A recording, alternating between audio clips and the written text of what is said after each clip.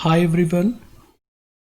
Today I begin with a prayer and hope that what we are lecturing about make sense. We have an interesting topic in the form of a question which we will try to answer today. So here we are. Let's ask, how did the Renaissance begin? If you remember, in our previous lecture, we had explained the concept of Renaissance.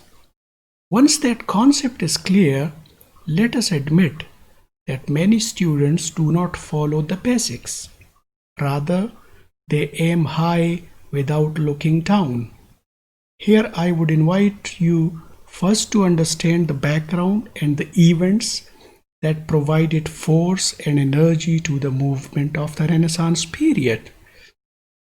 Therefore, first we talk about the background, and I hope that you will be following the screen toward your left. When you study the medieval history, we see that the Crusades continue for some 300 years. These crusades kept many Christians engaged in fighting against the Muslims and particularly the representatives of the Ottoman Empire, which we generally call Khilafat-e Osmaniya. Once these crusades were over, many people got time to spend in other activities, apart from wars and battles. During the crusades, they did not find time to study and to explore and to adventure. The fighting class, we can say, was freed from the burden they had been carrying for centuries and got engaged in other activities. When I say other activities, I hope you know what I mean. I mean learning and the quest for knowledge and finding means to improve lives. If you remember, in a previous lecture, we had referred to the tendency of learning classical writers and their writings. An end to the Crusades thus afforded an opportunity to people at large to learn and to prosper. This tendency of learning did not necessarily mean reading at home. It implied visiting libraries, new places, and moving around in order to increase the amount of knowledge. This enabled the Europeans to encounter new knowledge and new people and new cultures. Apart from the interest in learning, there were also transformations taking place in the 12th century and onwards. To illustrate, one transformation was with reference to the prevailing religious practices in the Catholic Church. People were not satisfied with the Church, as to them it had not been able to succeed in striking a balance between material and spiritual lives.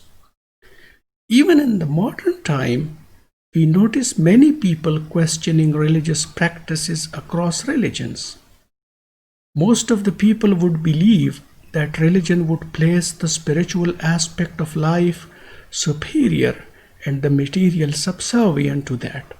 However, many people would find those at the helm of the affairs in the religious ranks located at either of the two extremes. Two extremes means the spiritual and the material, which, if I may be allowed to opine, would not be encouraged by any religious philosophy. We have also the concept of secularism, which encourages freedom from all religious compulsions and encouraging men to live a wholesome public life. They would advocate religion to be a private and individual matter that should not overshadow our collective worldly existence. Now, there has existed polarization between the religious and the secular class. If we go to the Middle Ages, many scholars viewed that the religious clerics were less equipped and less qualified to inform them about material and spiritual prosperity. Instead, it was noted that they themselves had imbalanced lives, and there was a constant drive on the part of the religious class to adjust the church practices to maximize their worldly gains. The clergy would teach morality and spirituality, but at the same time, several of them would fail to lead by example. We can say that the moral teachers had been losing their own morality and multiplying their material gains. Here, I must say that we may wait for the lecture when we would be explaining the orthodox religious practices in other topics, including Christian or Protestant reformations, and then, of course, the historical importance of Martin Luther and his contribution. I would therefore leave this point here. I would, however, sum it up with the statement that materially oriented church practices, along with moral failures, were on the watch list of men of letters, and a wave or transformation was taking place in society that would later on result in the rising secularism. Another transformation through which the medieval world passed was the sense of growing nationalism and attachment to nations and languages. Earlier, we may argue that most of the social or material bonding fell into religion and its ideology. As said earlier, the excesses of the Roman Catholic Church authorities and dissatisfaction of the people with them led them to look for alternate solutions. It can be said that the humanists provided this alternate path when they advocated their educational ideology. But I leave this issue here and will come to it later, and I hope that you can find it on the right side of the screen. Now, coming back to nationalism, we should remember the 100 Years' War and the Black Death along with the Crusades to draw a sketch of the social conditions. Many people had died, and those left behind, caught amid warring nations, were left with no option but to locate themselves geographically and nationally. As a result, people would take pride in their identities and languages.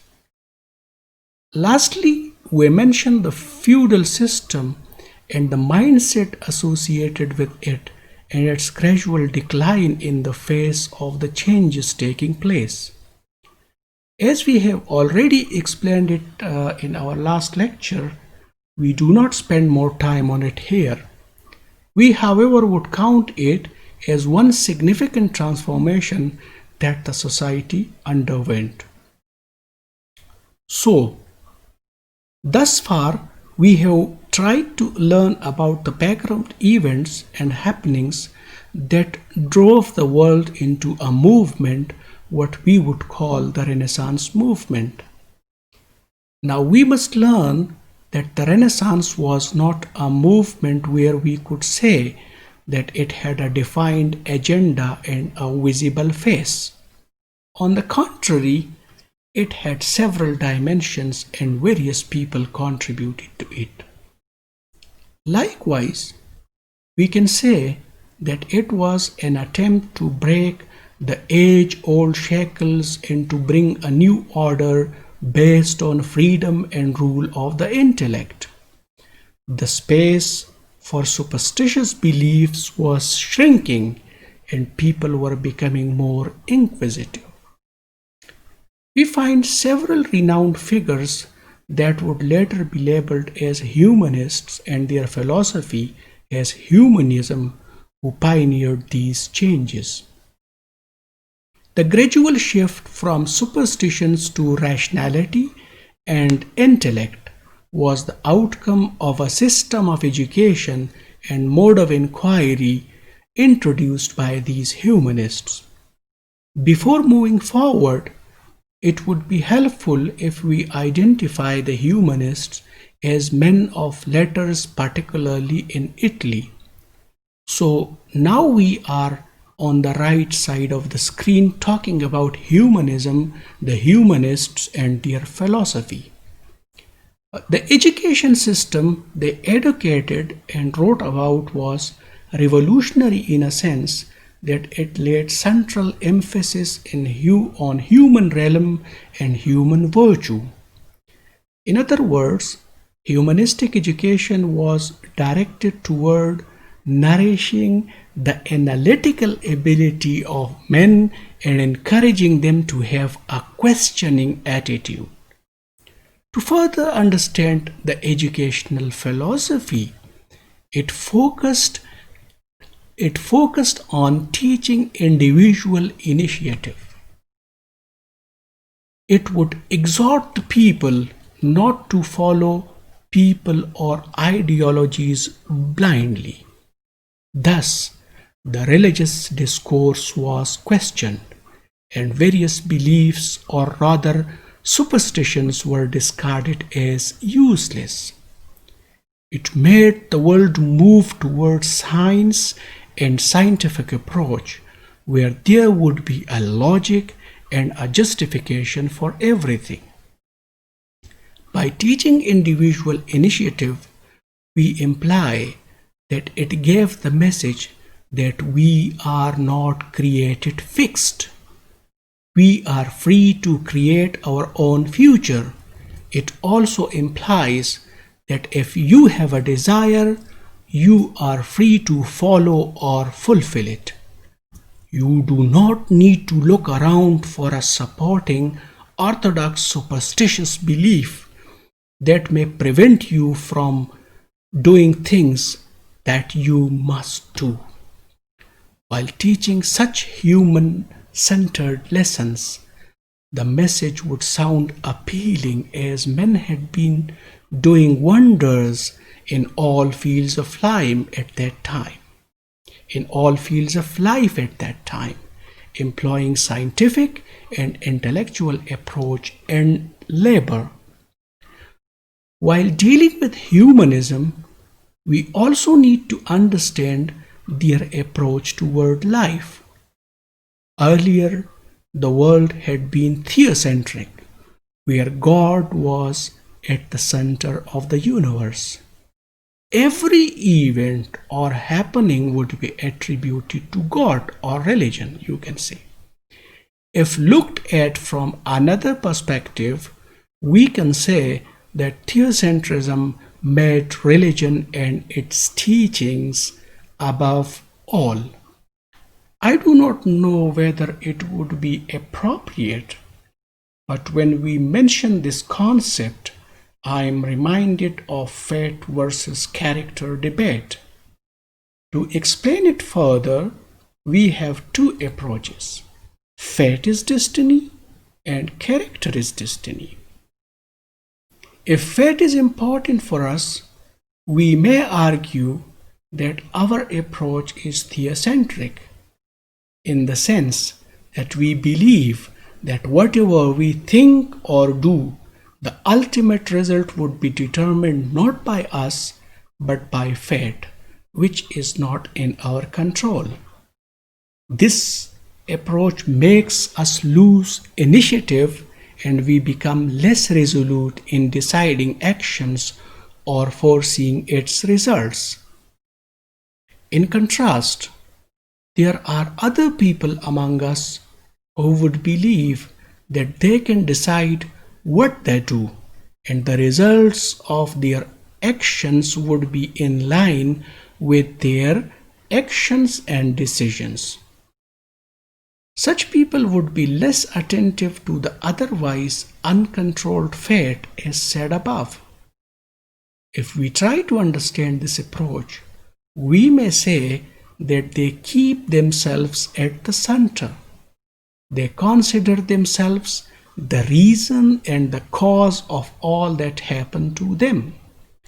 Such approach is opposite to theocentric one, and we therefore call it anthropocentric interpretation of life, where it is believed that man is at the center of the universe and he is powerful and exercises control over his life and its affairs.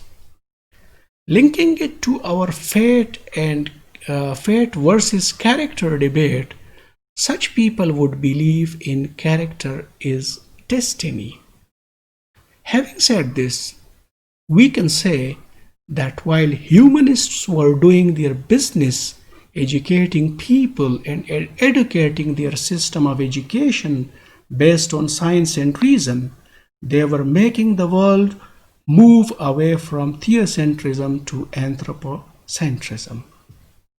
In the end, I would like you to make a note of the fall of Constantinople in 1453, when Sultan Mehmed II ousted the Europeans from there. The Sultan was representing the Ottoman Empire, and his victory may be described as a death blow to Christian expansionism. Thus, their removal from Constantinople may be for many people a blessing in disguise for the Europeans, as they lost hope of winning battles and forced them to find alternate means of controlling the world. The alternate was offered by the humanists and their teachings. To conclude, we have today attempted to explain the Renaissance movement, the way it was initiated, its background, and of course humanism. In our next lecture, we are going to learn about the Reformation movement. So stay tuned. See you next time. Thank you so much.